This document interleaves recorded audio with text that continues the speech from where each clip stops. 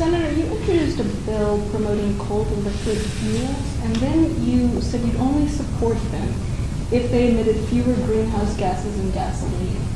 Now, all the scientific evidence points to coal being dirtier than pretty much anything else. So how are you going to square your support for coal with the need to fight global warming? Well, I've already done it.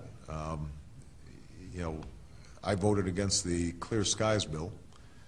In fact, I was the deciding vote, despite the fact that I'm a coal state and that half of my state thought I'd thoroughly betrayed them because I think clean air is critical and global warming is critical. But this notion of no coal, I think, is an illusion, because the fact of the matter is that right now we are getting a lot of our energy from coal, and China is building a coal-powered plant once a week. So what we have to do then is we have to figure out how can we use coal without emitting greenhouse gases and carbon. And you know, how can we sequester that carbon and capture it? If we can't, then you know, we're going to still be working on alternatives. But alternatives including coal, or? Let me sort of describe my overall policy. I mean, what I've said is that we would put a cap and trade system in place that is as aggressive, if not more aggressive, than anybody else's out there. I was the first to call for 100% auction on the cap and trade system, which means that every unit of carbon or greenhouse gases was emitted would be charged to the polluter.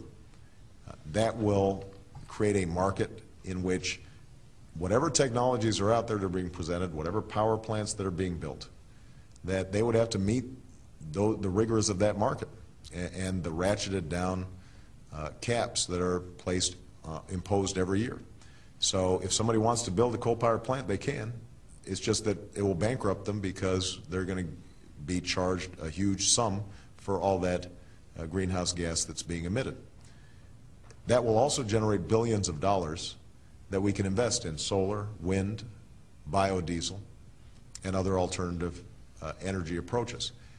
The only thing that I've said with respect to coal, I haven't been some coal booster. What I have said is that for us to take coal off the table as an ideological matter, as opposed to saying if technology allows us to use coal in a clean way, we should pursue it.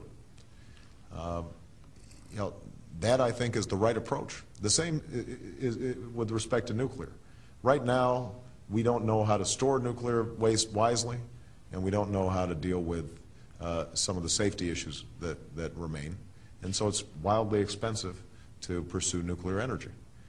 But I tell you what, if we could figure out how to store it safely, then I think most of us would say that might be a pretty good deal. The point is, if we set rigorous standards for the allowable emissions, then we can allow the market to determine, and technology and entrepreneurs to pursue what's the best approach to take, as opposed to us saying at the outset, here are the winners that we're picking, and maybe we pick wrong and maybe we pick right.